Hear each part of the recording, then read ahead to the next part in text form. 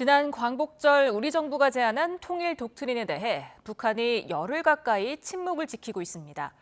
여러 사안에 대해 맹비난을 멈추지 않았던 북한이 왜 중요 의제에 관한 언급은 피하는 걸까요? 조용성 기자가 그 이유를 짚어봤습니다.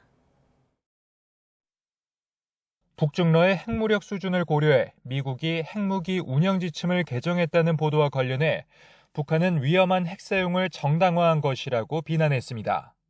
한미 연합군사훈련인 을지 자유의 방패를 앞둔 지난 18일, 북한 매체들은 일제히 침략전쟁 연습이라며 날을 세웠습니다.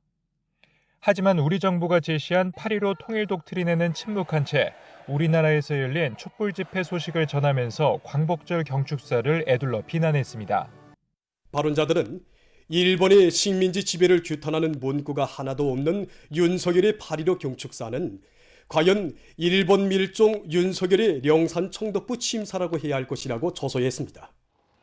앞서 2년 전 윤석열 대통령이 담대한 구상을 내놓았을 때 나흘 만에 거부 의사를 밝힌 것과는 대조적입니다. 정부는 대화에 나설 것을 북한에 촉구하며 상황을 예의주시하고 있습니다. 비핵화, 인도적 현안 문제, 교류와 왕래 문제 등 남북 간 관심 사항을 폭넓게 논의하는 실질적인 대화 협의체를 제안하신 만큼 북한도 신중히 검토할 필요가 있다고 봅니다.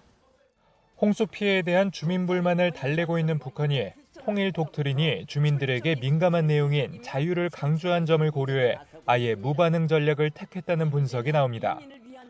더구나 선대에서 강조해온 과제인 통일을 저버린 채 적대적 두 국가 관계로 선을 그은 상황에서 통일에 대한 반응을 내놓는 게 큰 부담일 것이라는 평가도 뒤따릅니다.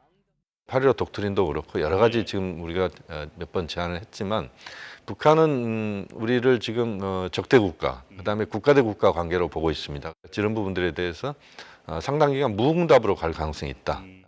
이런 가운데 정부는 오는 10월 한미일 북한 인권 문제 관련 회의에서 통일 독트린을 설명하며 관련국들과 공감대를 키워나갈 것으로 보입니다. YTN 조용성입니다.